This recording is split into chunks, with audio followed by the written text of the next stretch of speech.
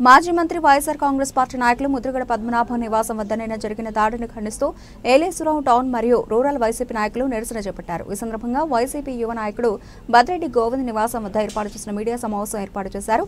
Yeleswaram town మరియు rural YCP party అధ్యక్షులు షిడగం వెంకటేశ్వరరావు, గొల్లపల్లి సురేష్, తూర్పు లక్ష్మీపురం ఎంపీటీసీ యోజనగిరి లక్ష్మీప్రసాద్, నాయకులు సుంకర రాంబాబు, వాగు బలరాం, పైల విజయ్ కుమార్ తదితరులు మాట్లాడుతూ నిన్న ముద్రగడ నివాసం వద్ద జరిగిన దాడిని తీవ్రంగా ఖండించారు. ట్రాక్టర్తో ముద్రగడ ఇంటి గేట్లను గుద్దుకుంటూ కారును, ఫ్లెక్సీలను ధ్వంసం చేసి జై జనసేన అంటూ నినాదం చేయడం పట్ల పలు అనుమానాలకు దారితీస్తోందని ఆరోపించారు. కూటమి ప్రభుత్వం ప్రజలకు ఇచ్చిన హామీలను అమలు చేయలేకే డైవర్షన్ రాజకీయాలు చేస్తున్నారని మండిపడ్డారు. తెలుగు రాష్ట్రాల్లో ముద్రగడ కుటుంబానికి అభిమానులు ఉన్నారని, ఇటువంటి చర్యలకు ఎవరూ పాల్పడినా చూస్తూ ఊరుకోబోమని హెచ్చరించారు. కూటమి ప్రభుత్వం ఈ చర్యలకు పాల్పడిన వారిపై చట్టపరమైన చర్యలు తీసుకోవాలని, ఈ ఘటన వెనుక ఎవరున్నారో వారిని గుర్తించాలని, చట్టపరమైన చర్యలు తీసుకోవాలని ఈ సందర్భంగా మీడియా ముఖంగా కోరారు. ఈ కార్యక్రమంలో వైసీపీ నాయకులు గొల్లపల్లి కాశీ విశ్వనాథ్, వాగు బలరాం, జువిన వీర్రాజు, అల్లం ఆదినారాయణ, రాజల రమేష్, గుండుబిల్లి చక్రం, పట్టా సుబ్బారావు, వాడపల్లి శ్రీను, డేగల చంద్రమౌళి, సిరిపురపు రాజేష్, షిడగం రాజేశ్వరరావు,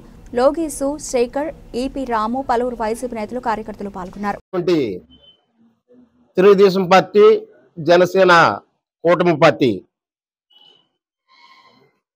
ఆంధ్ర రాష్ట్రంలో ఉన్నటువంటి 175 నియోజకవర్గాల్లో ఎవరైతే బలమైనటువంటి శక్తిగా తయారవుతున్నారో వాళ్ళని ఆదిలోనే అణగదొక్కాలనేటువంటి ఒక ప్రణాళిక రూపంగా కొంతమంది దళాలను ఉపయోగించుకొని మొదటి దశలోనే వీళ్ళని కిందకి అణగదొక్కాల ఉద్దేశం మీద ఒక ప్లాన్ ప్రకారం జరుగుతున్నటువంటి వ్యవహారాలు చంద్రబాబు నాయుడికి,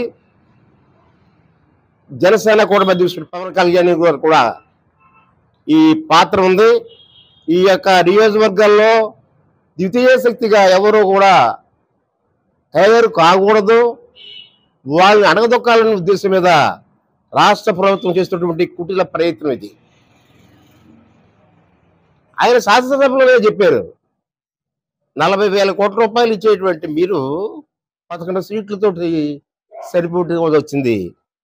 రాబోయే రోజుల్లో ఆ సీట్లు కూడా రావు, ఒక ప్రణాళిక ప్రకారంగా మీ పార్టీని సున్నా చుట్టేస్తామని చెప్పని ఆ రోజు శాసనసభలు చెప్పారు. అదే జరిగి తీరుతుంది. ఈ రోజున నేనున్నాను మీకు అనేటువంటి మనోవేదన ఇచ్చేటువంటి నాయకుడు ఎవరైతే ఉన్నారో ముద్రగడ పద్మనాభం గారు, తెలుగుదేశం ప్రభుత్వం పరిపాలన చేస్తుంది. అది ఆదిగా తీసుకుని చంద్రబాబు నాయుడు గారు ఈ వ్యక్తితో చాలా ప్రమాదం ఉంటుంది రాబోయే రోజుల్లో, కాబట్టి ఈయన్ని ఆదిలోనే అణిగి దొక్కాలనేటువంటి ఉద్దేశం మీద ఒక ప్రణాళిక రూపంగా జరిగినటువంటి వ్యవహారంగా మేమందరూ కూడా భావించుకుంటున్నాం. దానికి తోడు పక్కన ఉండేటువంటి పిఠాపురంలో ఉండేటువంటి జనసేన పార్టీ అధ్యక్షులు కూడా వారి యొక్క ద్వితీయ శ్రేణి నాయకులు కూడా నిన్న శనివారం నాడు రాత్రి జరిగినటువంటి కార్యక్రమంలో భాగస్వాములయ్యి మా యొక్క ప్రియతమ నాయకుడిని బాధ కలిగేలా చేసేటువంటి పరిస్థితి.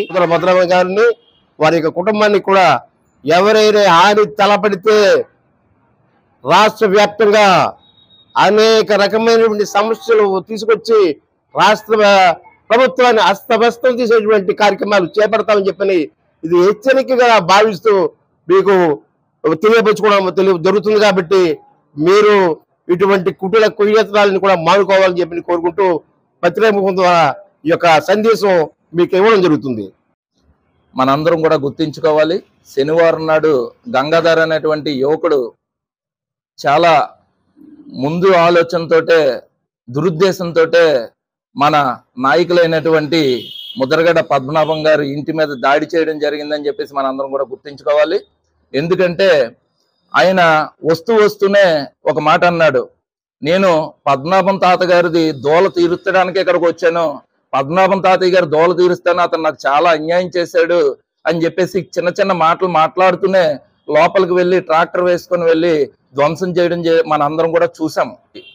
ముద్రగడ పద్మనాభం అనేటువంటి వ్యక్తి ప్రత్తిపాడు నియోజకవర్గానికి చేసినటువంటి సేవ గాని, మెట్ట ప్రాంతానికి చేసినటువంటి సేవ గాని, ప్రత్తిపాడు నియోజకవర్గంలో ఉన్నటువంటి 4 మండలాల్లో అతని పేరు చెప్పుకొని ఎన్నో కుటుంబాల్లో ఈవేళ వెలుగు నింపింది అంటే అది ఒక ముద్రగడ పద్మనాభం గారు అని చెప్పేసి మన ప్రత్తిపాడు నియోజకవర్గంలో ఉన్నటువంటి ప్రతి ఒక్క వ్యక్తి కూడా గుర్తించుకోవాలి.